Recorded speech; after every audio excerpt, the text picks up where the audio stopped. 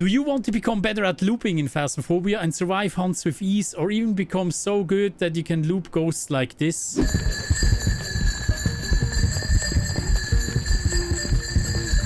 Then you came to the right video. I am going to cover everything you need to know about looping and how the ghosts work during hunts in every possible detail. And don't you worry if you're afraid of looping, I will also cover some strategies how you can lose the fear of looping, and I will also cover some secrets the developer shared with me that nobody knows yet. The advanced looping strategies will be covered towards the end of the video, so make sure to stick around so you will become an absolute beast in Phasmophobia. But let's not waste any more time and let's hop right into this guide. You may have seen videos of the good old Phasmophobia where people looped ghosts around anything in plain line of sight. The ghost's AI back then was so bad that it couldn't even hear you or sense your flashlight. The ghosts were slower than a player and they even lost track of you if you broke line of sight with them. So it was almost impossible to die back then unless you're getting cornered in a dead end. Unfortunately, these good old days are long gone. In today's Phasmophobia, it is way more tricky to survive hunts. But if you train the skill of looping, you will survive every hunt with ease. To make this a bit more interesting, I want to introduce you to Frank. I selected Frank because Frank is an incredibly average ghost. In fact, he's so incredibly average that even his wife Dottie forgot that he's working under the car when she drove away for some groceries. And so poor Frank became a real boring spirit. And ever since then, Frank is haunting Tanglewood at a totally average speed of 1.7 meters per second. Over the years, Frank received some upgrades because his wife suffered from heavy diarrhea.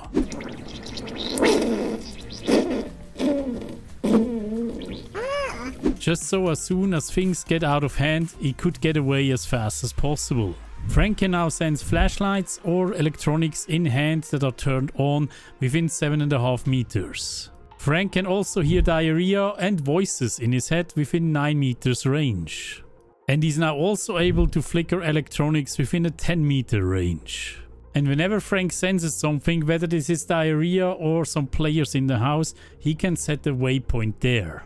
And whenever he does that, he has to go there and check out if things are alright. If Frank's senses are not tickled anymore and he doesn't see anything that he can hawk around the place where he's at, he's just gonna continue with his daily routine. Frank can now also go faster when he sees someone to hawk. He can slowly increase speed to around 2.8 meters per second. Unfortunately for Frank, if he doesn't see anything anymore to hawk, he will slow down again over time.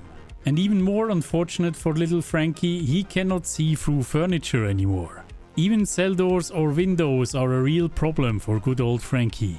As his wife Dottie always said, Frank is incredibly predictable. He always chooses the shortest path to someone he wants to hawk.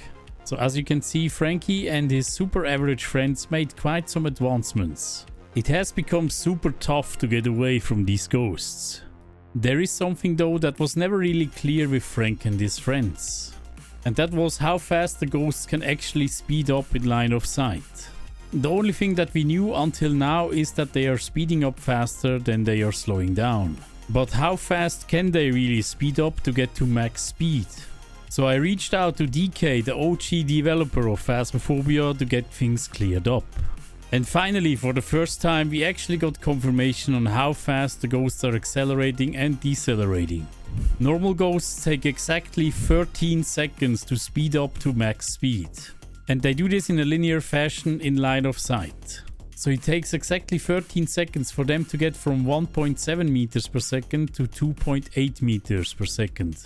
And it takes them a whopping 65 seconds to get from max speed to the lowest speed they can go. Since the hunts are not even that long, the ghosts will never go back to normal speed once they reach max speed.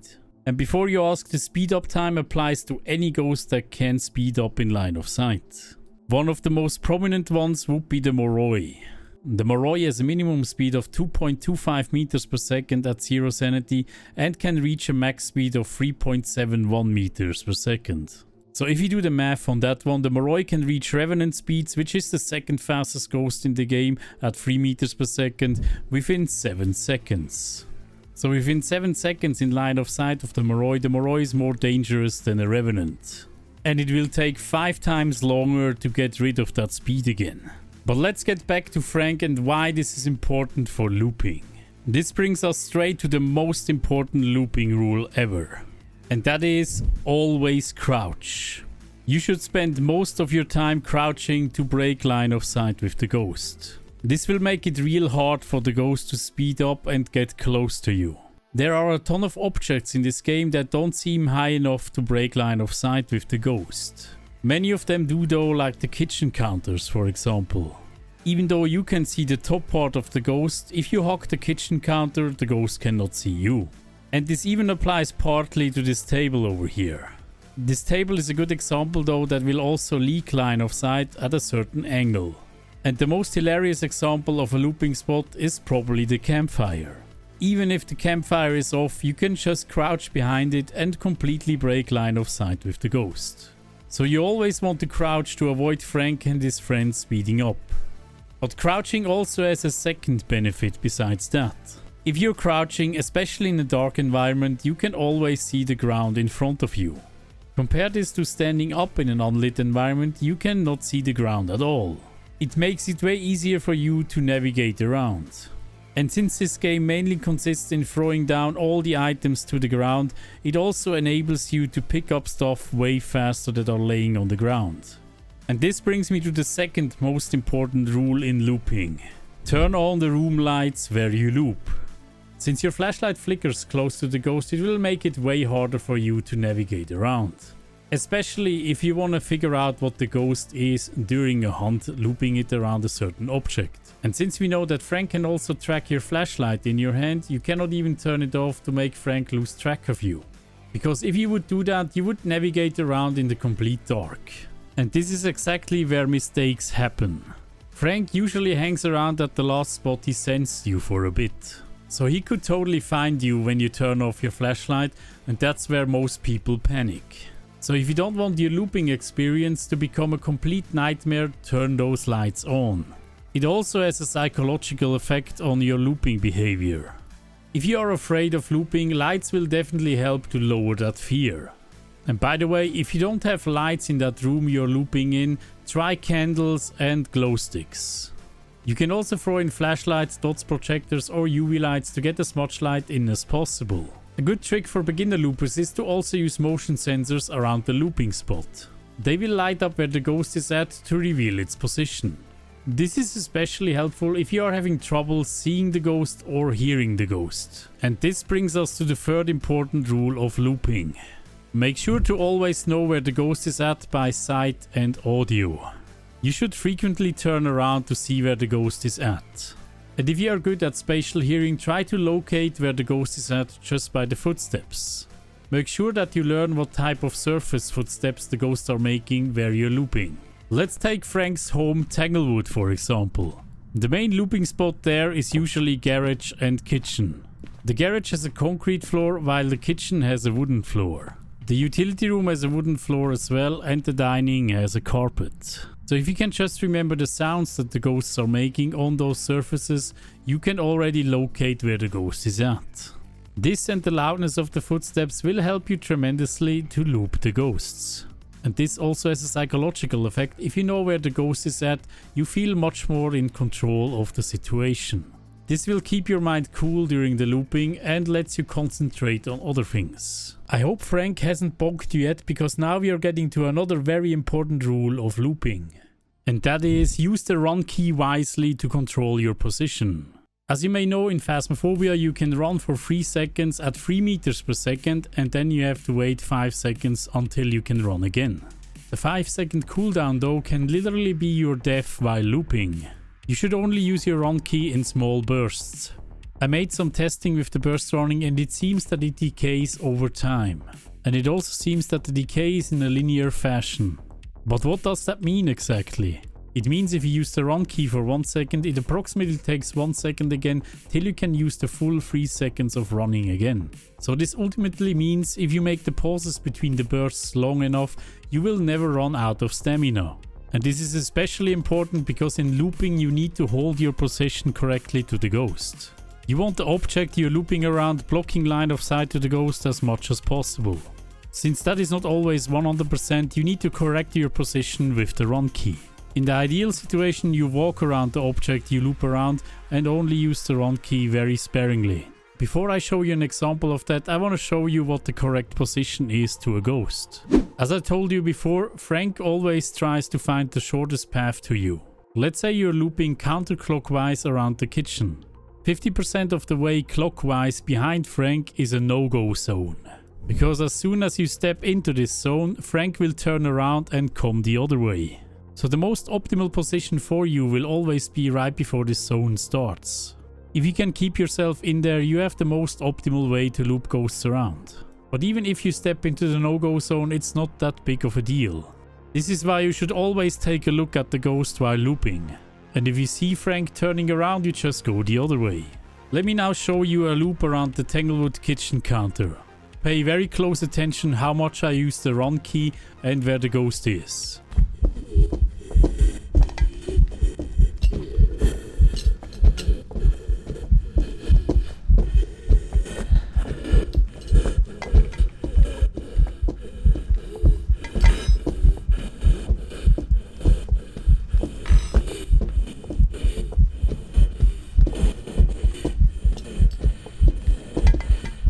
I heard Frankie didn't really enjoy this loop at all. What happens though if Frankie enjoys the loop too much and gets faster and faster? Let me tell you that looping can always go south even with the most experienced players. And there's 3 things you could do to get out of a failed loop. Number 1 is very obvious: use smudge sticks. It will make the ghost wander for 6 seconds and not hurt anyone. The second one should also be very obvious: turn your flashlight off. It's going to be harder to get away, but eventually the ghost will lose track of you and walk away. And the third one is one that I'm using a lot. I'm trying to break line of sight and get into another room. In Tanglewood, for example, if things get too spicy while looping around the kitchen counter, I just turn off my flashlight and I try to get to the garage. Frank will eventually lose you. Even if he doesn't, you can loop him around the car. Now this brings us to the last important rule of looping, and that is know your looping environment. This does not only entail where to loop, but also what the looping spot looks like. For example, there's little objects like this trash can next to the kitchen counter in Tanglewood. If you forget that it's there, you might get stuck there. So remembering all these tiny objects and also their capabilities of blocking line of sight with the ghost is crucial. Let me show you my favorite looping spots on all of the maps. The kitchen counter in Tanglewood fully blocks line of sight with the ghost if you keep close to it while being crouched. The car in Tanglewood fully blocks line of sight even if you're standing. Obviously the front part of the car does not block line of sight if you are not crouching. And then we also have the little coffee table in the living room of Tanglewood, but we will come back to that later with the advanced looping. The same goes for the dining table in Tanglewood. I will cover that later. The sofa on Edgefield. It's the only looping spot on Edgefield, and it's also terrible at breaking line of sight with the ghost. So I would only use it to quickly get away upstairs. The same goes for the sofa on Willow. On Willow we also have the kitchen counter that completely blocks line of sight if you're crouching and staying close to it. And we also have the car that you should loop while being crouched. You also have an amazing looping spot in the first storage room downstairs. The things that are laying on the shelf are literally blocking line of sight with the ghost. So you can easily loop the ghost there forever. Ridgeview has the shelves downstairs in the basement. They will totally block line of sight with the ghost if you're crouching. Now Ridgeview also has a tiny sofa plus a dining table, which I cover later in the advanced looping. Bleasdale has the kitchen counter which completely blocks line of sight if you're crouching. You can also loop around the dining table or the sofa in the living room. Both of them will leak line of sight though, even if you're crouched. The best looping spot upstairs is definitely in the attic. You can loop it around the stair opening, but I would only do this once because you're in complete line of sight of the ghost. Grafton on the other hand has quite a few looping spots. The best one is definitely the kitchen counter. It completely blocks line of sight if you're crouching. You can also use the sofa or the dining table, but they are the same as in Bleasdale. The best looping spot upstairs is in the utility room. Those tools and shelves there will also completely block line of sight with the ghost. The best looping spot on Camp Woodwind is the campfire. If you crouch behind it, it will completely break line of sight with the ghost. Another good looping spot is the center part of the map. It's a pretty big loop, but it's breaking line of sight for the most part. You can also try the tables next to the entrance. They are insanely hard to loop though, because the line of sight breaks are only at the ends of each table. The best looping spots on Maple Lodge campsite is also the campfire. You can also use the bathroom near the entrance and loop the ghosts around the whole building. And you can also use the tables that are standing around. They have the same issue as the ones in Camp Woodwind though. Best looping spot in the prison is the middle area with the cell walls. The cell walls are partly breaking line of sight depending on the angle you're standing at. The chairs in the entrance can also work, you're mostly in line of sight though. Another very good looping spot is the office upstairs. Looping the ghosts around the computer desk completely breaks line of sight with the ghost. You can also use the tables in the warden offices to loop the ghost. On high school you can loop around the bookshelf in the library. You could also loop in the changing rooms downstairs or in the washing rooms in the back. For some more advanced loops you could also loop around the pillars in the entrance or around any table in any classroom. On Sunny Meadows you can loop around the chapel and the entrance area. You can also loop around the big office desks upstairs and downstairs. The kitchen aisle is also great for looping because it breaks line of sight with the ghost if you are crouching. The gurneys are also great for looping if you're crouched, and you can also use the dividers that are standing around. The table in the morgue is also a great looping spot if you're staying crouched. Try to always think of the nearest looping spot when you're investigating. A lot of times it's much better to go looping when it's hunting instead of just hiding. Now if you still fear looping, some of these tricks here might help you. Try to turn off lose items on death. If you don't have the fear of losing items anymore in the back of your head, it will make it much easier for you to learn how to loop. Also try to increase the player speed in the beginning and then gradually lower it over time. Or you could also lower the ghost speed and then gradually increase it.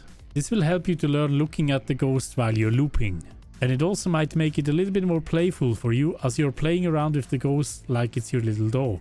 Now that you learned the beginner stuff of looping, it's time to make Frank really angry. What?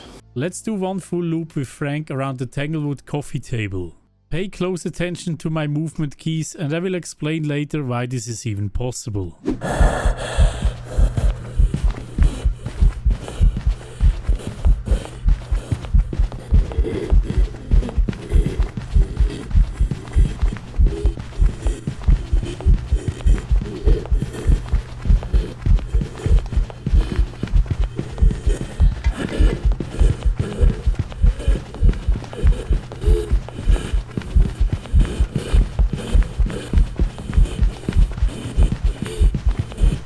As you can see, Frank had literally no chance. Now to explain why this is possible, I want to introduce you to Frank's best friends, Herbert and Lisa. Unfortunately, Herbert and Lisa are not around anymore because they decided to go after a Formula 1 career. And yes, you saw that right, those were the real-time speeds of Hunters a few months ago. If you want to see that again, I'm gonna link Lisa's run in the top right corner. Now Herbert and Lisa gave us some amazing insights on how the ghosts really work during hunts. Pay close attention to their movements in the following clip.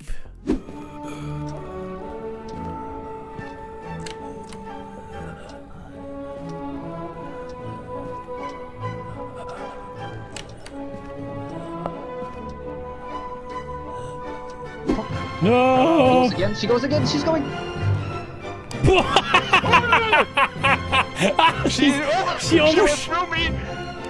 She overshot again! You probably spotted it, Herbert and Lisa had momentum. That means they could not instantly brake, they had to slow down over time. Because they were so fast, they were overshooting constantly. In fact, Lisa was so fast after a hallway that she even overshot into another classroom. So the faster they get, the more they overshoot. And this momentum is exactly what makes it possible to loop ghosts around the tiniest objects. Now once you try this loop, you will notice that speed doesn't make it easier to loop ghosts around tiny objects. Faster ghosts are still harder to loop, but it makes it possible to even loop them. One thing that I need to mention is that the ghosts need space to overshoot. If you look at this coffee table, it can only overshoot where the sofa opens up. So if the ghost gets blocked by an object or a wall, it's going around the corner faster. It can also not turn around instantly, so the longer it takes, the more it delays. And it can also not instantly accelerate after a turn, it needs time to get to max speed. So this makes it possible to even loop Frank's big brother the Revenant around a tiny coffee table. The most dangerous thing you can do during this loop is to go into the no-go zone. Ghosts turning directions during this loop is absolutely deadly because you don't have a lot of space to work with. So you want to keep the ghost as close as possible to you because line of sight breaks do not matter with this loop.